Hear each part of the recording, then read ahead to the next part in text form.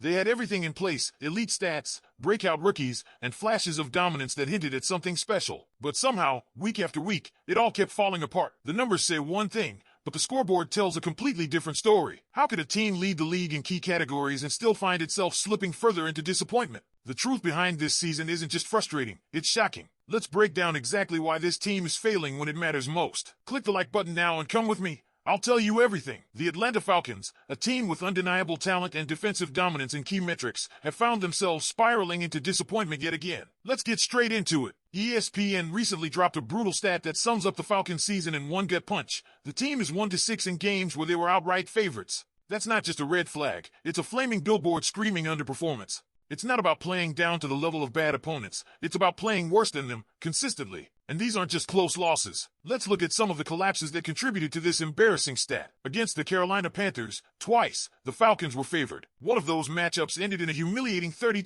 shutout. Then there was the Miami Dolphins game, where despite being favored, the Falcons got steamrolled. Sure, it was Kirk Cousins' first start, and yes, the offense was depleted. But the outcome wasn't just a loss, it was a total breakdown. The New York Jets loss is perhaps the most painful, not because of the opponent, but because of what was on the line. Playoff hopes were alive. A win would have meant momentum. Instead, a dismal special teams performance crushed all that. And against the San Francisco 49ers, a failure to convert on third down sealed their fate. It's not like the Falcons haven't shown flashes of brilliance. Their victory over the Buffalo Bills might have been one of the most complete performances this team has put together in years. Dominant, disciplined, and efficient. Same goes for the win against the Minnesota Vikings early in the season when the defense looked alive for the first time. But in between those high points, a mountain of unforced errors, poor execution, and baffling decisions. Let's talk about that infamous kick by Younghoe Koo. What was that? During a key attempt, Koo pulled back at the last second claiming the ball was moving due to the cold. I mean, this isn't golf. You don't chip it or top it. You kick it. That's your one job. And now it's hard not to feel like Koo's struggles are mental. The yips, and when your kicker starts hesitating, the confidence of the whole unit takes a hit. As someone online put it, you can take the player off the Falcons, but you can't take the Falcons out of the player. That stings, but it rings true. The frustration fans feel isn't just about missed kicks or bad games. It's about the repeated cycle. New year, new roster, same results. And even though head coach Raheem Morris finally said something that made sense, "We sucked after the Jets game," he followed it up with coach speak that didn't land. "Winning is our job," he said. And he's right. But if that's the job, he's failing at it. Let's use a simple analogy. Imagine someone working at McDonald's hired to make fries.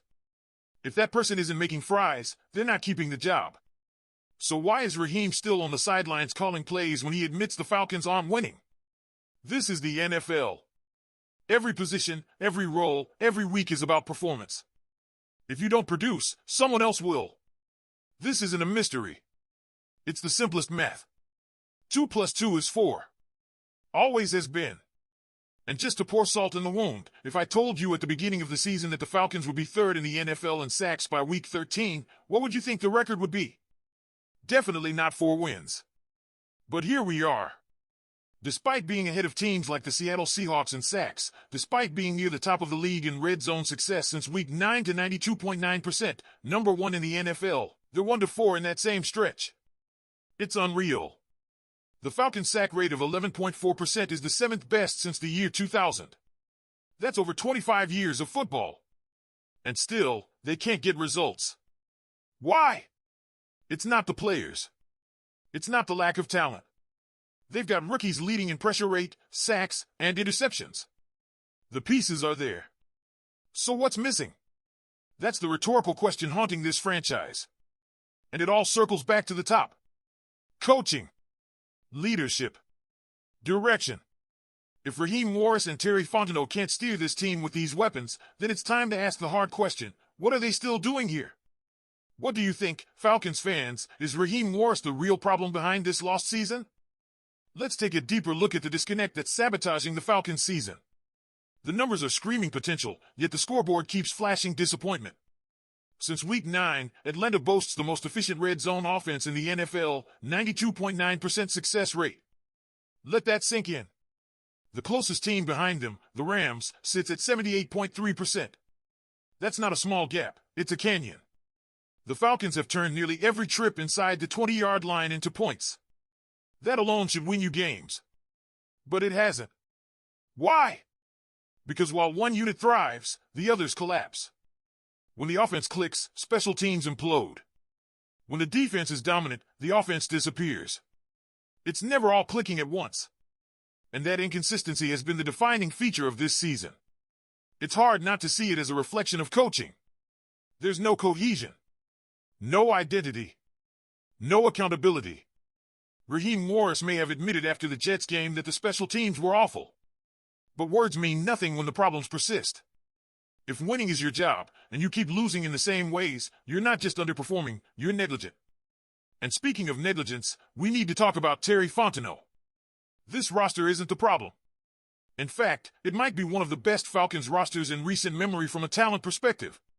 You've got rookies making real impact. One leading in sacks. One in pressure rate. Another in interceptions. You've got a defense that's top 3 in sacks league-wide. You've got elite red zone execution. These aren't minor achievements, they're championship-caliber stats. So if the wins aren't there, you have to look at leadership. You have to look at decision-making. And that's where things get uncomfortable. Because it suggests that the men tasked with building and guiding this team are the very ones holding it back. Falcons fans have been patient. Too patient. Season after season, the narrative has been the same. We're almost there. Just 1 or 2 pieces away. We're building something. At some point, that construction needs to turn into a finished product. And not just in spurts, not just in one impressive win against the Bills or one defensive showcase against the Vikings. We're talking consistent success. Playoff runs. Real stakes. Real results. But instead, here we are, watching a 4-18 despite being statistically dominant in areas that win games for other franchises.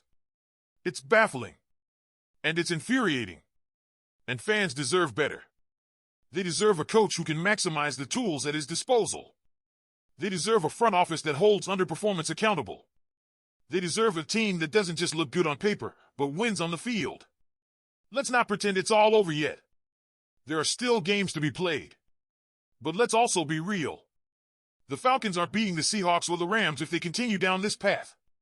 Maybe they squeeze out a win against the Saints. Maybe they sneak one past the Buccaneers, especially with Baker Mayfield banged up. But that's not a playoff team. That's not a contender. That's a squad scrambling for dignity at the bottom of the standings. The solution? It's not complicated. It starts with ownership asking the hard questions. Is Raheem Morris the guy who can lead this team forward? If the answer is no, and right now, all signs point to that, then it's time to start planning for what comes next. Because the talent is here. The data backs it. The flashes of greatness prove it. What's missing is the leadership to bring it all together. And Falcons fans, this is where your voice matters. Don't just vent online. Make your presence felt. Let this organization know that another year of wasted potential isn't acceptable. Let them know you see the same things the numbers are showing. Let them know you're tired of hearing excuses from a coach who admits he's not doing his job and yet still gets to keep it. Because this fan base? It's loyal. It's passionate. It's ready. But it's also fed up. And that's why, if you made it to the end of this breakdown, now's the time to hit that subscribe button. Like the video. And click on the next video you see on the screen to keep up with the latest Atlanta Falcons news. Go Falcons!